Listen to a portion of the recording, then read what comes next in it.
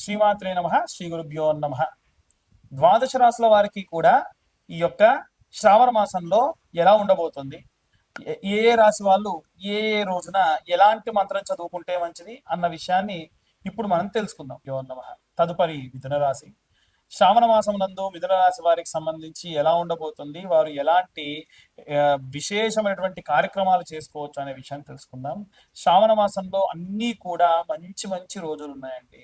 ఉదాహరణకు మీకు ప్రారంభం నుంచే చూసుకుంటే నాగుల పంచమి కానివ్వండి, అలాగే శ్రావణ పౌర్ణమి రోజున రక్షాబంధనం కానివ్వండి.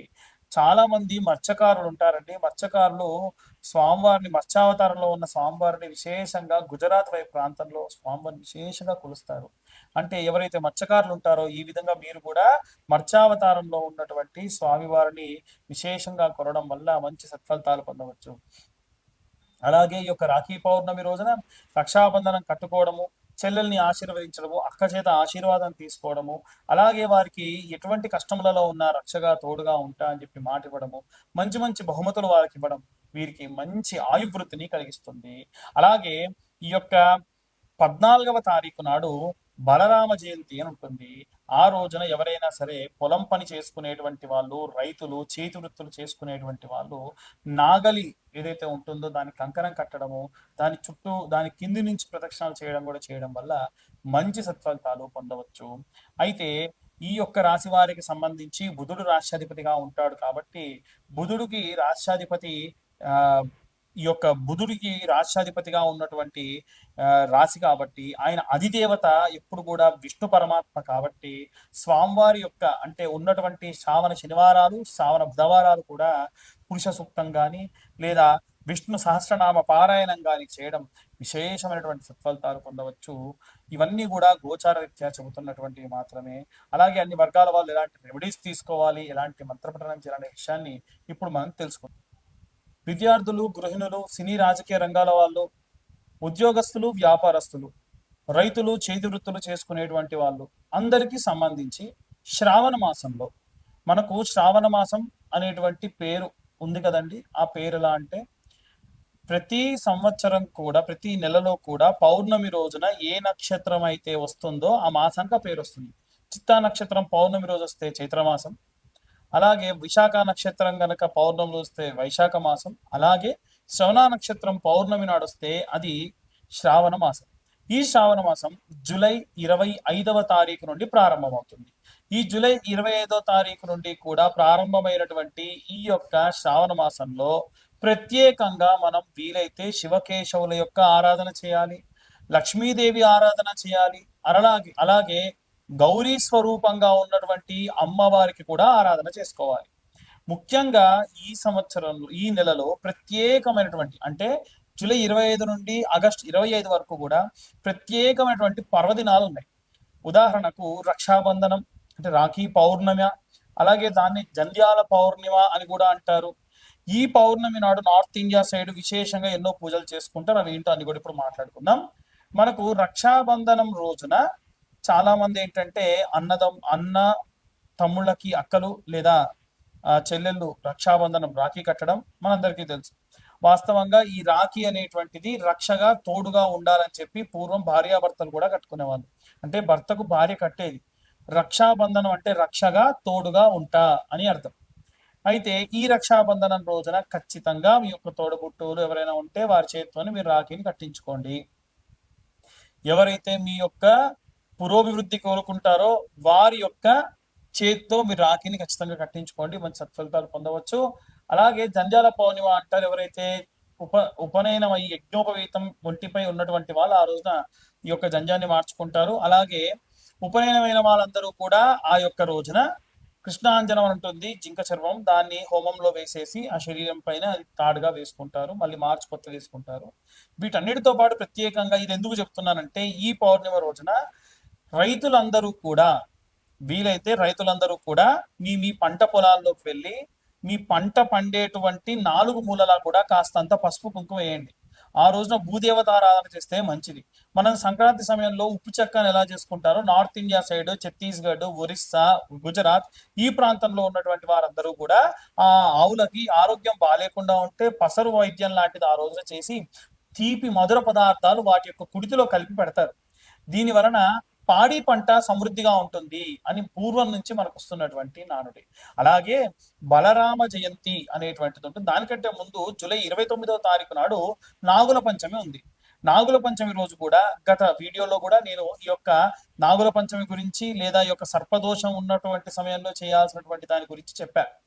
ఏమని అనంటే క్లియర్ గా జంట నాగులకి ఈ యొక్క నాగుల పంచమి రోజున క్షీరము అలాగే నీళ్లు పోసి శుభ్రంగా అభిషేకం చేసి, క్షీరం అంటే పాలు నీళ్ళతో అభిషేకం చేసి గంధం పసుపు కలిపినటువంటి మిశ్రమంతో లేపనం రాసి 21 బొట్లు పెట్టి 21 ప్రదక్షిణాలు చేసి 2 దీప ప్రమిదలు ఒకదానిలో ఒకటి పెట్టి ఆవు నెయ్యి వేసి దీపం వెలిగించి ₹5 లేదా ₹10 వీలైనంత వరకు కూడా స్వామివారి దగ్గర పూలు పండ్లు సమర్పించి 21 ప్రదక్షిణాలు చేయాలి.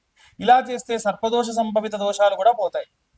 ఇవన్నీ కూడా గత వీడియోలు ఇంకా డీటెయిల్డ్ గా మీరు ఎంతెంత తీసుకెళ్ళాలి ఏంటి అని చెప్పి గత నెలలో ఉన్నటువంటి సమయంలో ఈ కాల సర్పదోష కాలం ఉన్న కాలం కాబట్టి ఈ సమయంలో చేసుకోండి అని చెప్పాను. అలాగే ఈ యొక్క 9వ తారీఖు నాడు మనకి ఈ యొక్క పౌర్ణమి అనేటువంటిది వస్తుంది. అలాగే నాగుల పంచమి 29వ తారీఖు నాడు వస్తుంది. అలాగే స్కంద షష్ఠి 29 ఆగస్టున వస్తుంది. ఆ రోజున కూడా ఇప్పుడు నేను చెప్పిన విధంగా మీరు జంట నాగులకు అభిషేకం చేసుకోవచ్చు. 16వ తారీఖు నాడు కృష్ణాష్టమి, గోసేవ చేస్తే మంచిది. ఆ రోజున అందరూ గోవు ప్రదక్షిణ చేస్తే మంచిది. 14వ తారీఖు నాడు బలరామ జయంతి అంటారు. ఆరోగ్యంగా లేని పిల్లలు ఎవరైనా ఉంటే ఆ యొక్క పిల్లల చేత్తోని నాగలికి కంకణం కట్టించి ఆ నాగలి మధ్యలో నుంచి పిల్లల్ని తిప్పుతారు. ఈ యొక్క కృష్ణాష్టమి రోజున ఆవు కింది నుంచి పిల్లల్ని తిప్పుతారు. ఇలా చేయడం వల్ల ఆరోగ్యం బాలేకుండా ఉన్న వారందరి యొక్క ఆరోగ్యం కూడా కుదుట పడుతుంది.